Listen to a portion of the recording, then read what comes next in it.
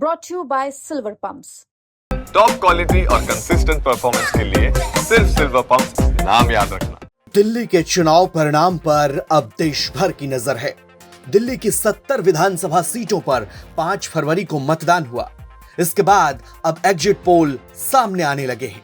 Exit poll में दिल्ली में बड़ा बदलाव होते दिख रहा है, लेकिन दिल्ली के परिणाम में जनता दल यूनाइटेड और चिराग पासवान की पार्टी कहां खड़ी है, क्योंकि एनडीए के सहयोगी दल के तौर पर इन दोनों पार्टियों ने चुनाव लड़ा था। अब एक एग्जिट पोल सामने आया है जिसमें नीतीश कुमार की पार्टी और चिराग पासवान की पार्टी को नुकसान होते दिख रहा है। क्या है एग्जिट पोल, आपको बताते हैं।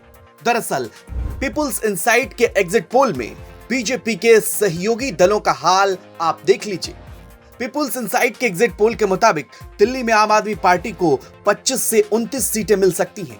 पीपुल्स इनसाइट के एग्जिट पोल के मुताबिक बीजेपी को 40 से 44 सीटें मिल रही हैं, जबकि उनके सहयोगी दल जेडीयू और लोक जनशक्ति पार्टी रामविलास का खाता नहीं खुल रहा है। वहीं आम आदमी पार्टी की बात करें तो आम आदमी पार्टी को 25 से 29 सीटें मिलती दिख रही हैं। वहीं कांग्रेस पार्टी भी अपना खाता खोलती दिख रही है। अब सवाल यह है कि नीतीश कुमार की पार्टी और लोक जनशक्ति पार्टी रामविलास ने कितनी सीटों पर चुनाव लड़ा था। आपको बता दें कि दोनों ही दलों ने एक एक सीट पर चुनाव लड़ा और इन दोनों दलों के प्रत्याशी गठबंधन के प्रत्याशी के तौर पर चुनावी मैदान में थे। झारखंड की तरह बीजेपी ने दिल्ली में नीतीश कुमार की पार्टी जेडीयू और चिराग पासवान की पार्टी लोक जनशक्ति पार्टी रामविलास को एक एक सीट दी। बीजेपी ने 70 में से खुद 68 सीटों पर अपने प्रत्याशी उतारे, जबकि बुराड़ी और देवली की सीट सहयोगी दलों को दिया गया। बुराड़ी सीट से जेडीयू के कैंडिडेट शैलेश कुमार प्रत्याशी बनाए गए। वहीं देवली सीट चिराग पासवान के खाते में आई और यहां प्रत्याशी बनाए गए दीपक तंवर।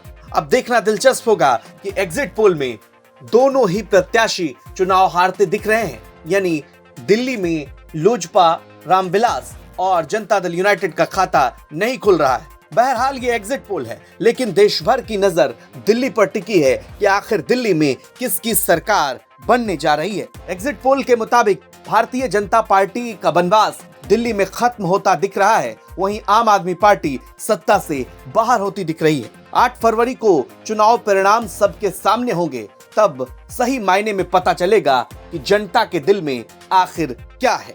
ब्यूरो रिपोर्ट, बिहार तक।